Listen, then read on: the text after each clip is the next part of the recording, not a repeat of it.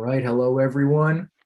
Good morning, good afternoon, good evening, happy whatever day of the week it is.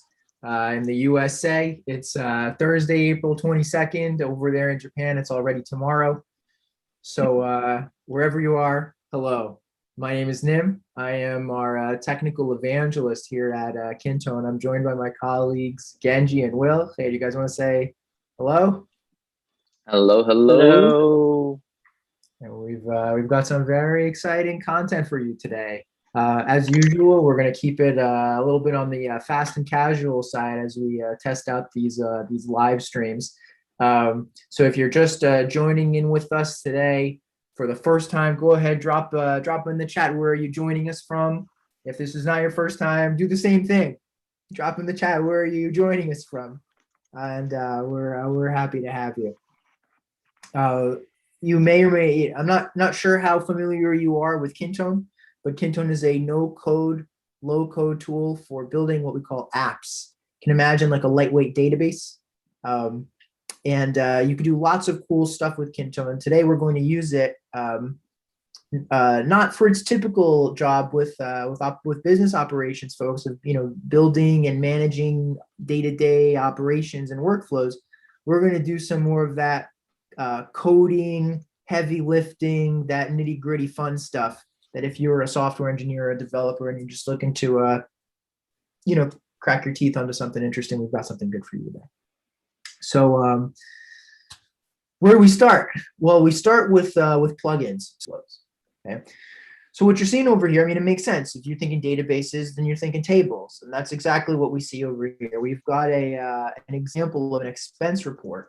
And this particular expense report, we can go into a specific record. And you'll see what's cool about Kintone is you can actually have tables in your record. So you can have like a table inside of a table, visually represented. So over here, we've got this expense report, and there are line items in this expense report. So in the native functionality of Kintone, we can add and remove line items. But say we want to extend this functionality. So what Genji's showing you right now is, we can go ahead and click on that plus sign, add a line item to this table, and we can, pick a date, pick a description, drop down field, exactly what you expect. Right? But there's sometimes some functionality that doesn't come native to the platform and that we want to bake in. This is where software development comes in. So Kintone gives you the ability to execute client-side JavaScript code. And the way that works is you upload a JavaScript file or a CSS file, and you hook into various parts of Kintone's API, and you make stuff happen that wasn't going to happen otherwise. Now, the next level of what we call customization, of JavaScript customization, is something we call a plugin.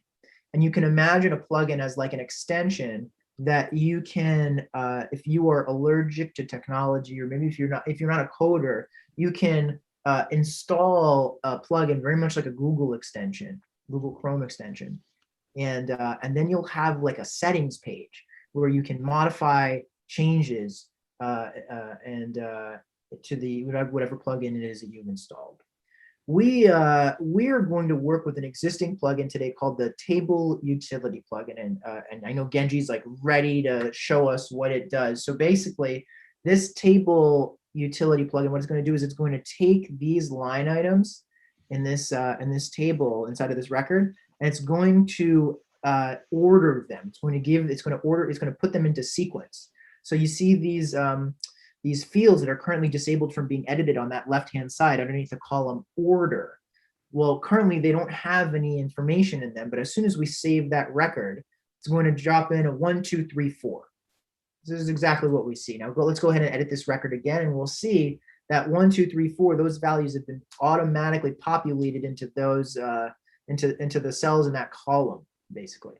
And that's not native behavior. We have an extension that does it. We have a plugin that does that. Now, another thing that we did, if you joined us last time, was we added some functionality to that plugin so that we can sort these line items by, some column, some field in this table. And we chose to sort by date.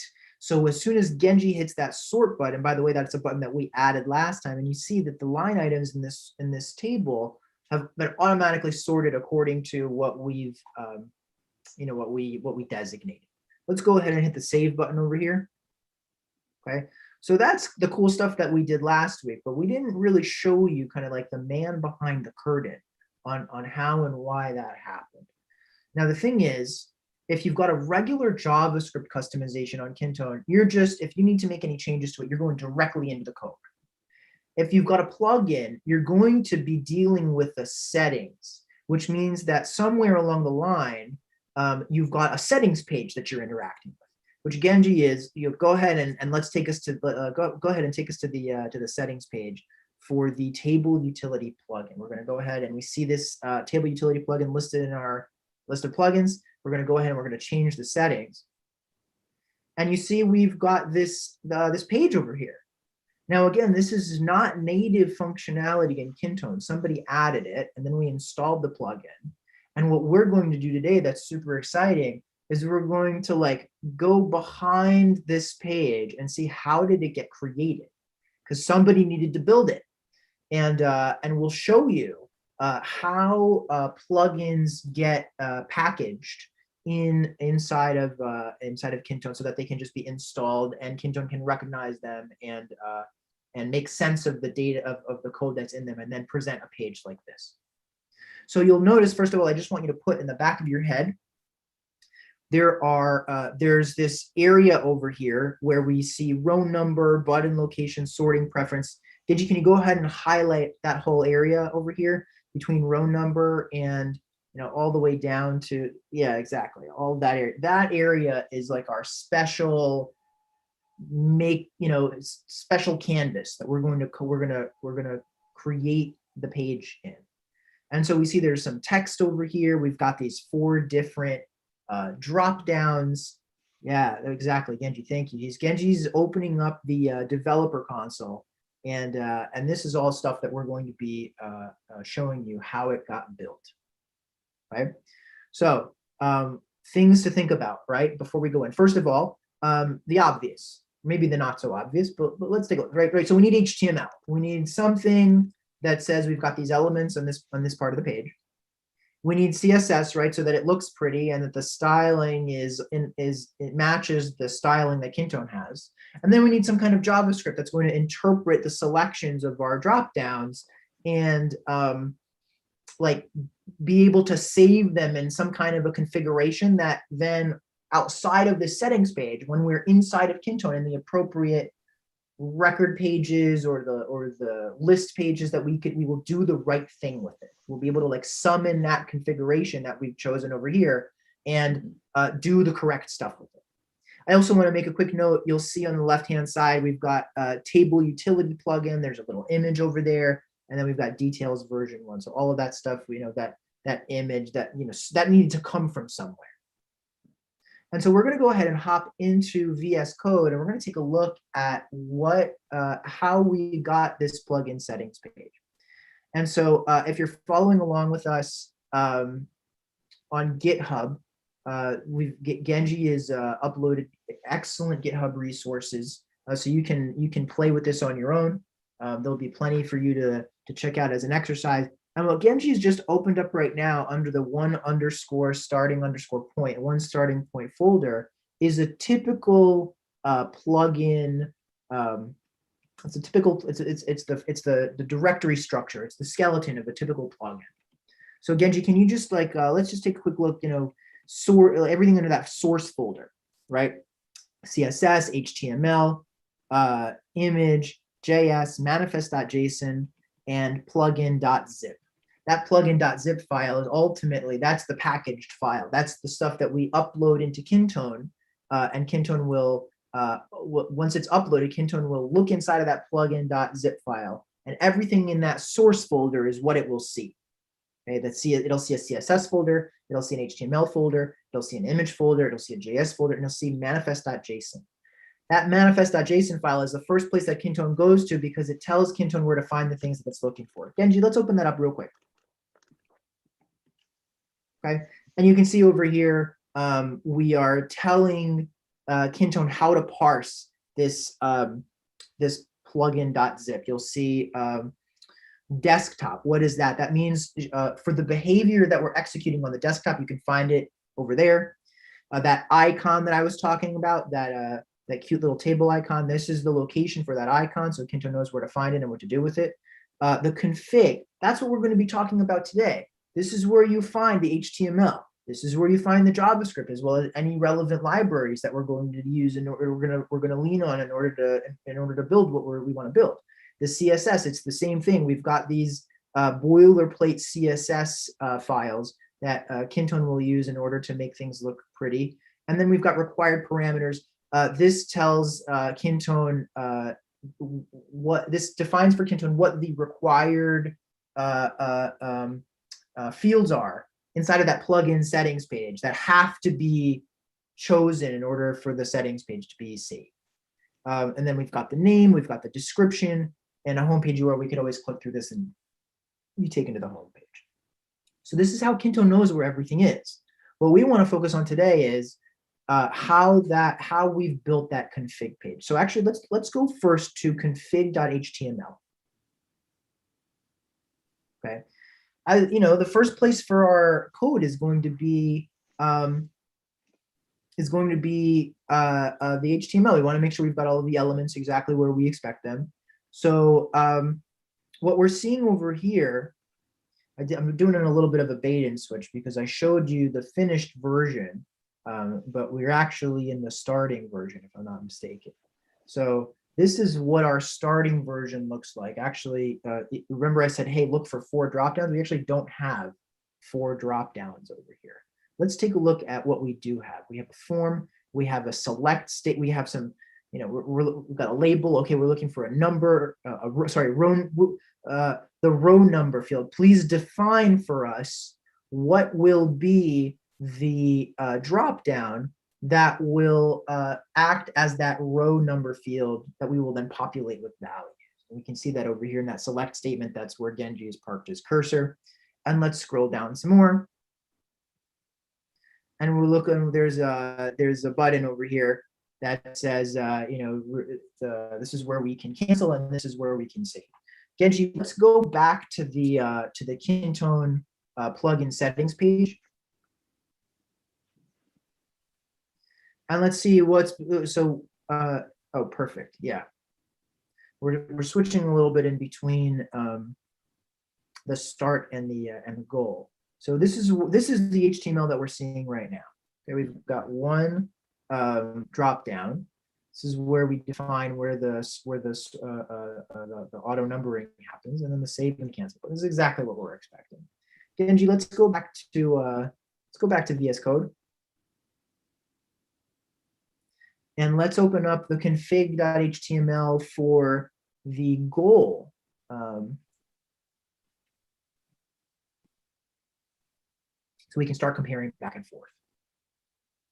Okay, and what you'll see over here in config.html for our goal, this is going to match what we originally saw. So we've got that number, that row number label, and some text, as well as a select, like a drop-down field that enables us to choose. Now you'll notice in the HTML over here, it's blank, right? Like we don't have options populated. So there's some magic happening, hint JavaScript, that's happening behind the scenes to populate this drop down with the appropriate and relevant fields. If we keep going down, we'll see that we've got some more fields, or sorry, some more drop downs that we can select from. We're going to select the button location. So this needs to connect with, we need to find what's called a blank space element. And so we've got options to select over here. Let's keep going, Genji. And then we've got another one where we're looking for the field that will tell us what what we will sort, like what field will we be sorting by, as well as whether we will be ordering by ascending or descending. So there's data that we need to pull in dynamically from the app, from our schema, that's going to indicate to us, okay, what are valid selections for a sort by field that we can choose, and then they'll get sort of injected into this HTML. What are valid selections for a blank space field, though it'll get injected into the HTML and be presented as options in a drop-down field, and then the same for that original row number field. So let's go back to the Kintone settings page, and let's just kind of match that up with what we're seeing over here in the goal. This is exactly what we're expecting, right? Four different drop downs, and we've got to get the data, and we've got to get we've got to get data from someplace and then put it into here so that it's rendered the way that we're expecting. Let's go back to VS Code. And now let's move away from the HTML, and we'll start taking a look at the JavaScript. This will be the fun part. Okay. So the last time that we worked together, we worked on the actual behavior in desktop.js. What we're going to do now is we're going to look at how we've built this page, right? So somewhere in here, we need to get the field information so that we can identify the appropriate targets for our dropdowns, and then inject that information into the HTML. So for part of that, we use Jquery to do the placement of the items in the places that we're expecting. And to get the information, we're going to use something called Kintone config helper. Okay. So actually, before we go into Jquery, let's talk a little bit about Kintone config helper. Genji, could you please open up the sidebar again, and let's just make a quick note. You see, we've got this other, so in this JS folder, we've got 3 files. Last week, we talked about desktop.js, and what that does is that's where we define we pull the configuration that we saved, and we do the stuff that this plugin is meant to do given the settings that we've saved.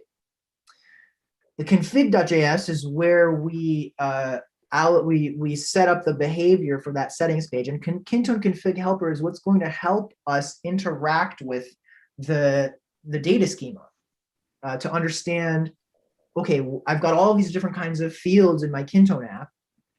Well, I'm just looking for specific fields. I'm looking for a number field that I could use as a row number. I'm looking for only blank space fields that I can use to inject that sort button. And then I'm looking for other valid targets for fields that I can sort by. Right? So Kintone config helper, what it does is it's like a library that I can use that tells me all the different field types that are available to me. So we can see over here, Genji, if you could start scrolling down a little bit. But these are all of the different field types that I can pick from. Kintone has something like, I think, 29 different field types. Let's keep going underneath that. Now it has some helper functions in order to get the field information. I'm targeting I'm making a get an API request, a get request to the following API endpoints, and then I can get that information. And Genji, let's scroll down some more. And then I can make it available inside my config, inside of my config.js file. So that's all it does. It helps me to basically identify the fields and then get them. And then you can go ahead and scroll down some more. That's fine. You'll notice we've got some just useful helper functions over here. Some sort of basically some ways of like stapling all of this field information together and then presenting it in a predictable way so that I know where I can get the information for various fields. And then this is all basically like handling the nuances of various different kinds of fields, like a subtable field, which is what we're talking about. We've got line items in a subtable. There's various different kinds of behavior that we need in order to make the returned information about our schema be easy to use.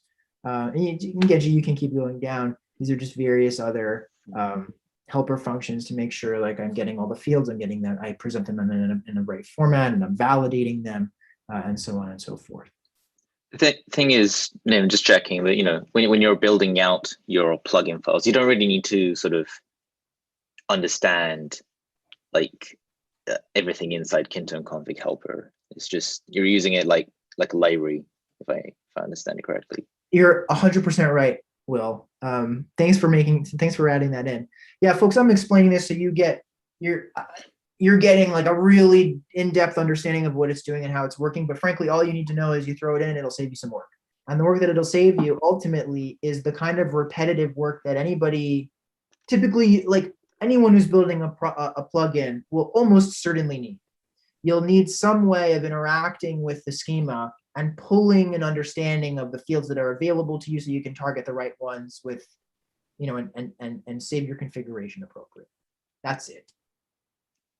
Let's go into config.js and look at the other side of this. So I said one side is we get the information, and so that's available to us, and the other is we build the behavior in the form, in the settings page. So we're going to use Jquery for that.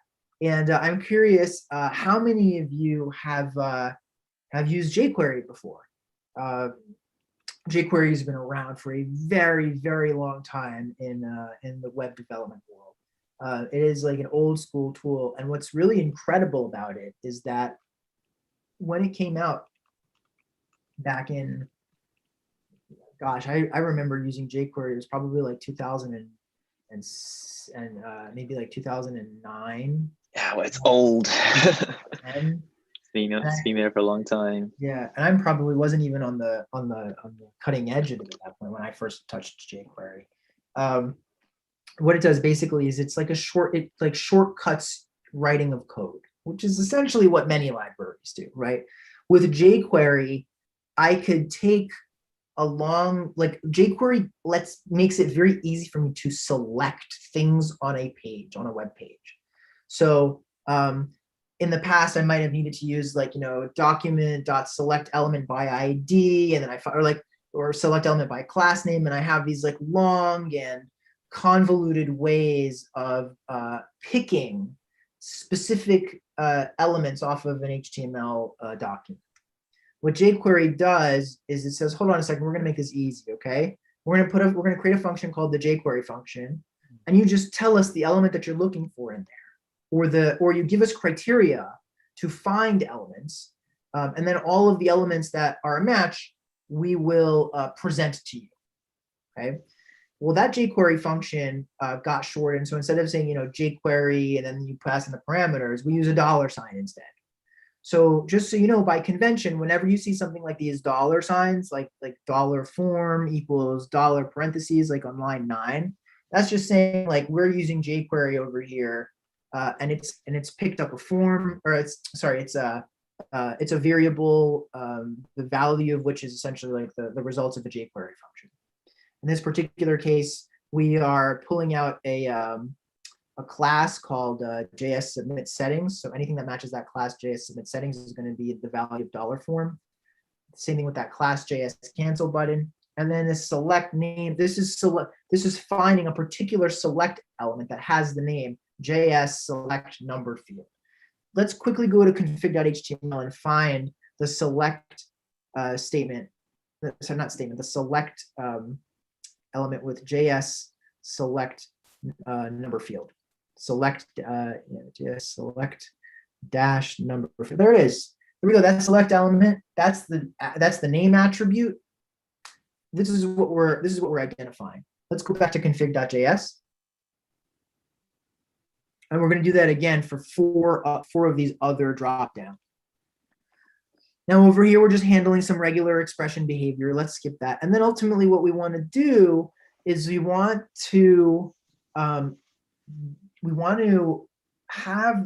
populate these dropdowns with the correct values given certain field types.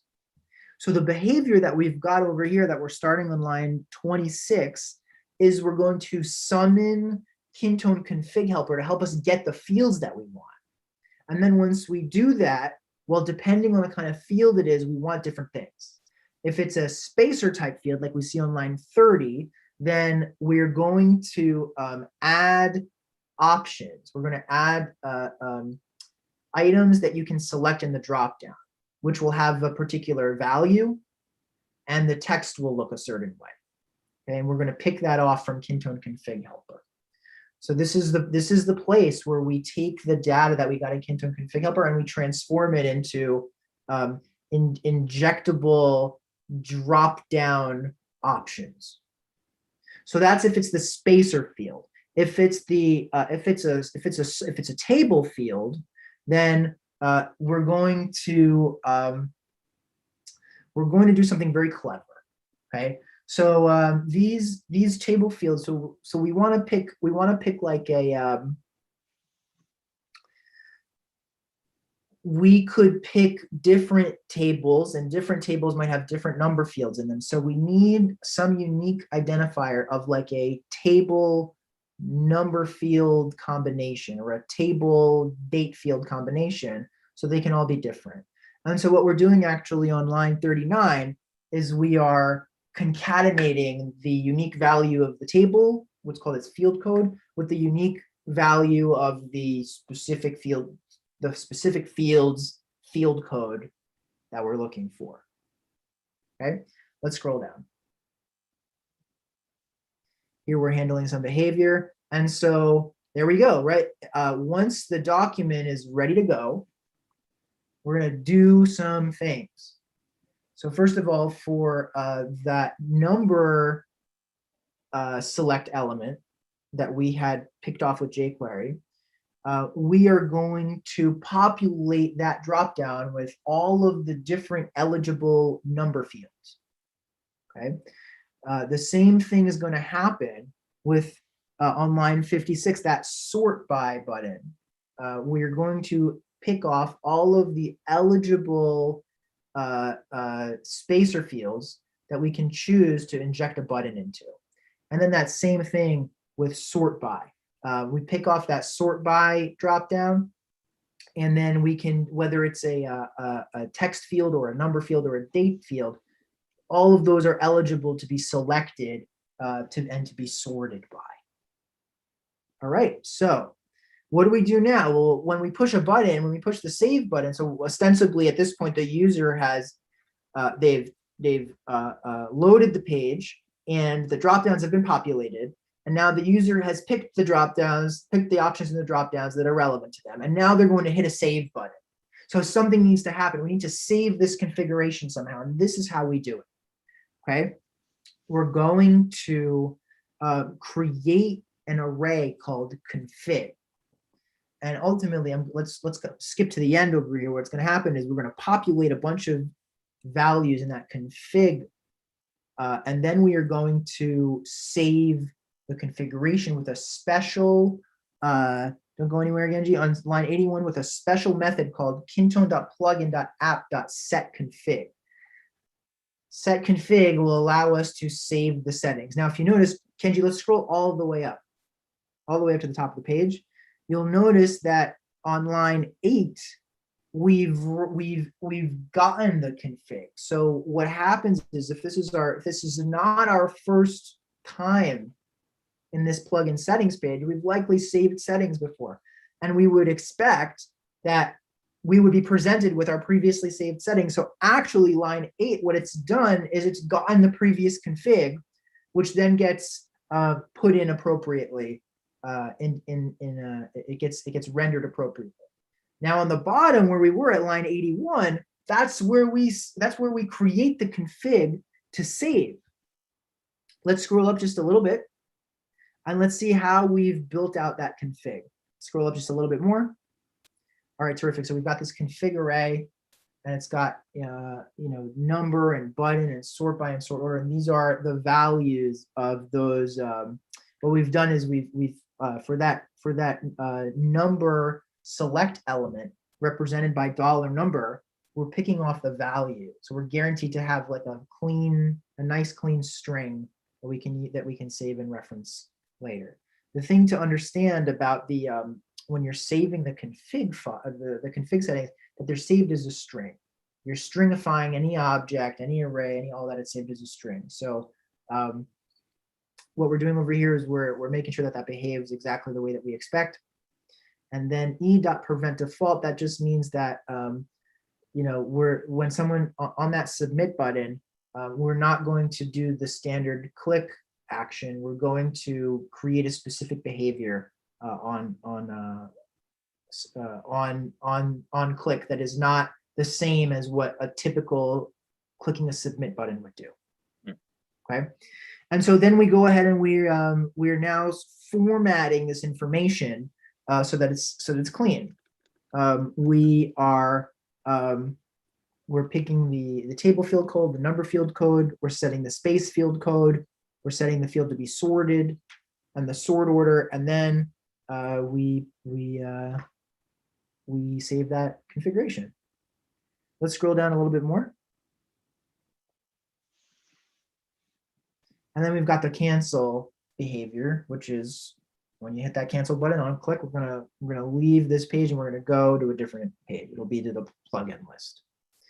And then you'll notice at the end of this file on line 92, we've got jQuery, comma, Kintone $plugin.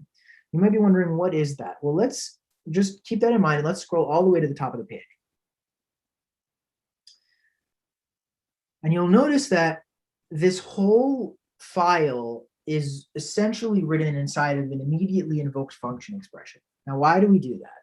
Genji, would you please open up the directory structure again? So we want to make sure that whatever functions we run in these files, that they don't pollute the global scope. And so if you were in, like, if there were like node modules involved, like if this were an NPM project, we would handle this by essentially like importing and exporting various modules. But this isn't an NPM project. This is a Kintone plugin project. It's simpler than an NPM project. And we still want to preserve, we still want to protect our global scope from any leaked variables. So we use this immediately invoked function expression in order to do that. And we start by identifying parameters to pass in, $ and plugin_ID.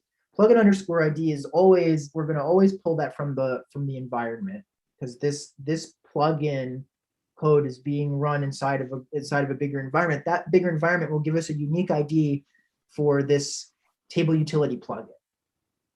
And so that's how we know, you know, we're using this specific, we're going to get the configuration for this specific plugin ID, okay? Which is what we pass in on line 92 inside that inside of the passed in parameters, inside of the arguments for the immediately invoked function expression. Now, $, that's a placeholder for jQuery.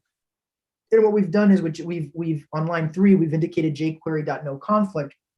That just tells us we can use the $ instead of needing to write out jQuery every time we're calling that function. So then you see on the bottom, all the way on line 92, those are the two arguments that we're passing, jQuery and the plugin. So let's take a look at back at the plugin settings page. And so you'll see this is what we started with on the left-hand side was the original settings page for the table utility plugin. And over here on the right-hand side is the updated settings page. And you'll notice, Genji, go ahead and open any of those drop-down options. And you'll notice they got populated with whatever the allowed targets are. So I hope this gave you a really cool taste of what plugins are in Kintone, what you can build with them. If you've never seen jQuery before, how you can use jQuery to build out this plugin settings page. If you're a jQuery, you know, if you're old school and jQuery is, you know, old hat to you, great. Then this is how you put it all together to make a Kintone plugin. You may still have some open. Still have some open questions, like it's cute that you did it in jQuery, but we use React these days. So can you do this in React? And the answer is yes. You can use a different framework for any of the to build out this plugin settings page. It'll give you certainly a lot of room for more complexity or sophistication. And of course, you would include the appropriate libraries. And you might be wondering, well, how do we turn this code that we saw into this zip file?